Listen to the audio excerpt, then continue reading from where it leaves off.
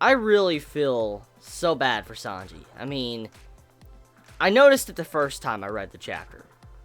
But when you read it a second time, and then a third time, and maybe even a fourth time, you could really see how sad that Sanji scene in this chapter is. I mean, you could just see how much he's trying to force himself to try to look at the positives instead of the cons. It's very sad. It really is. I mean, you see where he goes as far as to try to put on his happy-go-lucky face with the hearts coming out of his eyes and stuff because, you know, he loves Pudding. And don't get me wrong, Pudding has already proved she's a really good person. She has a really good heart. I mean, after what she's doing for Sanji, even going as far as to talk to Luffy and Nami and saying, like, I won't marry him and all that, and whispering some form of secret plan. I mean, you could see that Pudding is a very nice person. And Sanji falling in love with her, it's, you know, I guess it shouldn't be to be unexpected. I mean, we should expect, you know, Sanji to probably like her because of how Pudding has treated him.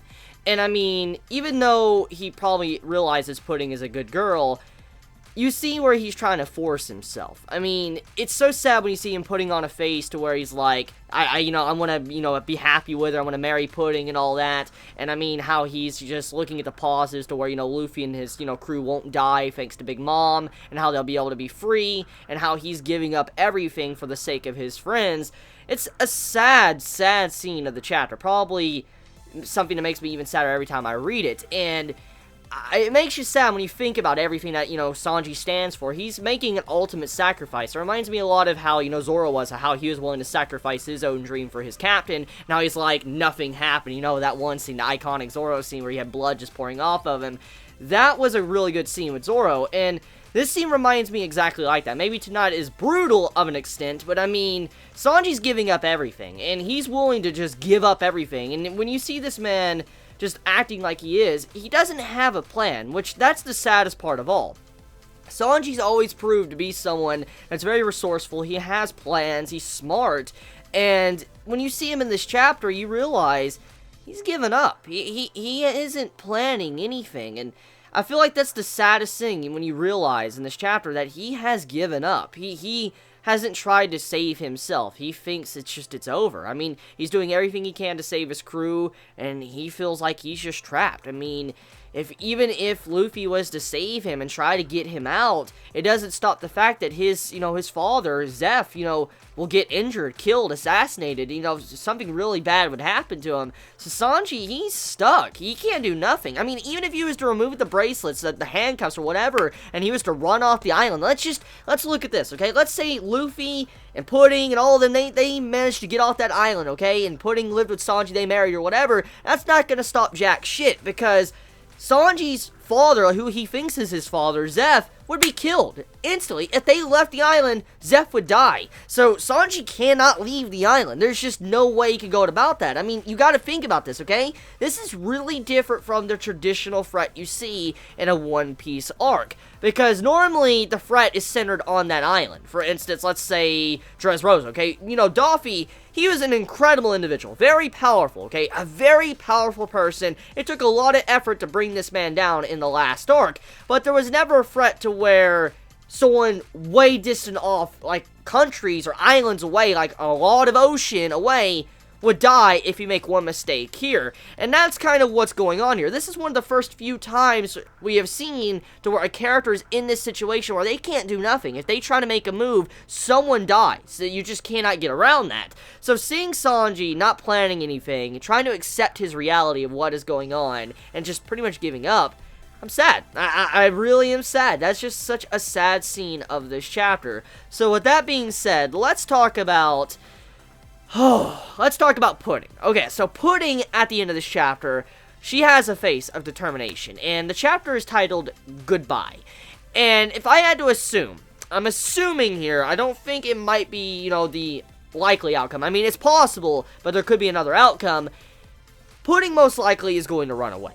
Because you got to think about the flashback in this chapter. Pudding had a flashback. She was thinking about her time with Lola and how Lola, she went off. She's like, oh, Big Mom, she wouldn't kill me and all that. She'll be fine. And, Lola went off to do her own thing. She didn't want to marry. And we know that Big Mom even stated in last week's chapter she would kill Lola. If Lola was there, Big Mom would straight up kill her. Like, she's really pissed off. It really ruined whatever Big Mom was trying to plan, most likely trying to marry a giant.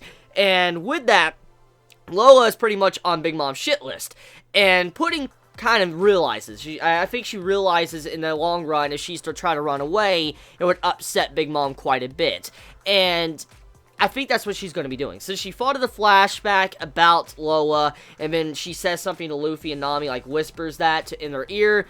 The only thing you could assume is that Pudding is going to run away. She's going to try to get away to where it calls off the entire wedding, but if she does that, though, Big Mom is probably going to interact in some way that's not going to be good. She'll probably be in a very huge temper tantrum, which we already know Big Mom goes through temper tantrums, and she will kill her own children because of how angry she can get. And so if Pudding decides to leave, probably the entirety of the island could be in danger. But it's not even that, too. Let's just think about, the national treasure from Fishman Island, the box that has a bomb in it. That's not good either. When that goes off, oh, GG right then and there. So, with that being said, Pudding most likely is making the sacrifice to run away, or give up her life. Either she's going to give up her life, or she's going to run away, which causes it to where it ruins the entire wedding, even before the bomb goes off. Now, besides the Pudding stuff, let's talk about, sulking.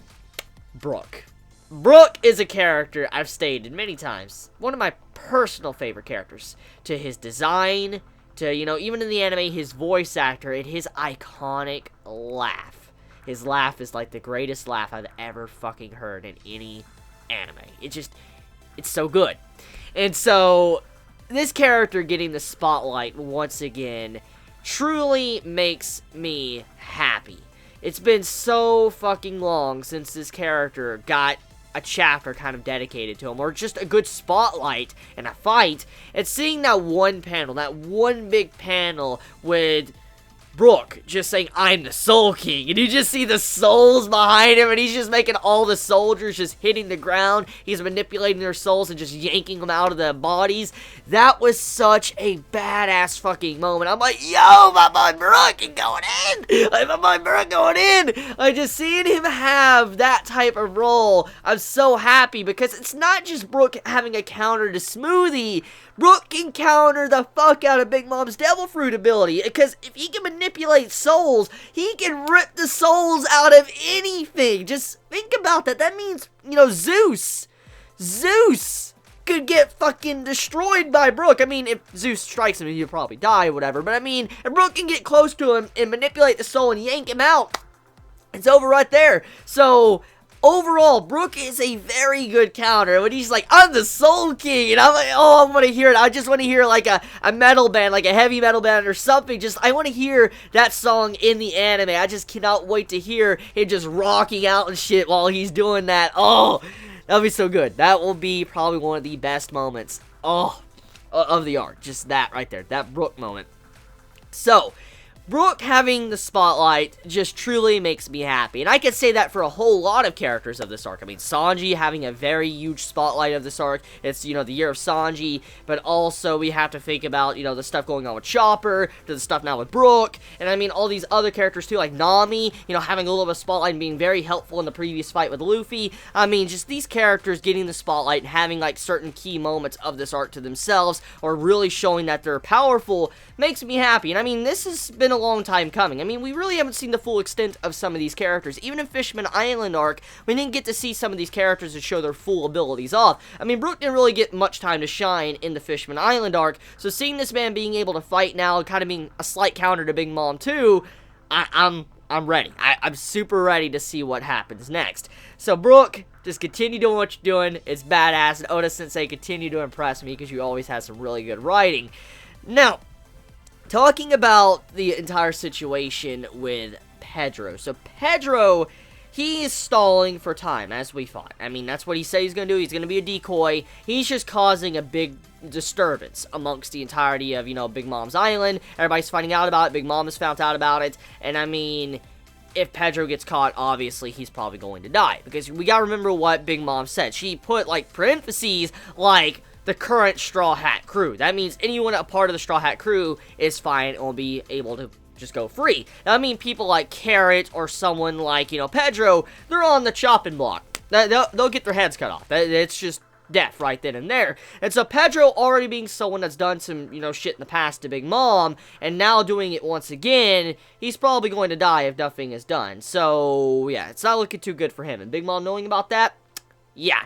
Now, Brook, he's a little bit safer, though. Brook apparently is going to catch Big Mom's interest because, as we know, Big Mom is a collector. She likes collecting things, and so Brook is not really in much danger of death-wise, but, I mean, I guess being eternally imprisoned inside of a book or collection or whatever, just, that doesn't sound too fun. That does not sound too fun at all. So, Brook most likely needs to watch out, too. I mean, if he's captured, yeah, internal suffering inside of a book. I just don't even begin to imagine how bad that would be. So yeah, Smoothie's gonna have to fight him, and as we already know, Smoothie and Brook, that's a good matchup, because Brook right now, he's a perfect counter to Smoothie, because Smoothie, you know, just sucks all the liquids out of someone, turns him dry as a bone. Yes, I know, skull jokes and bone jokes and stuff. Just, with that being said, Brook is a very good person in this arc right now to counter Big Mom, but also to counter Smoothie.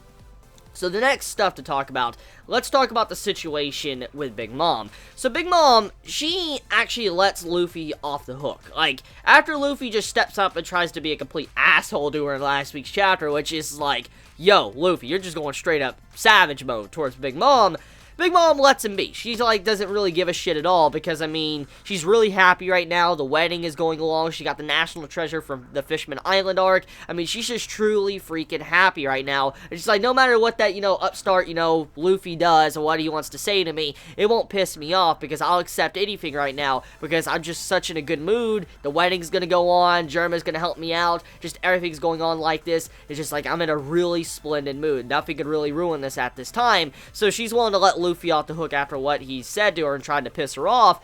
She's willing to let him off that. So that's interesting side to Big Mom. So with her being as forgiving as she is, I can't wait to see how evil she is when things go sour. I mean, we do know whatever happened in the past with her when it comes to giants left a very deep scar in Big Mom. Like, the way she acts and how she was kind of lying about giants being on the island to Germa, like, and Judge asked all that.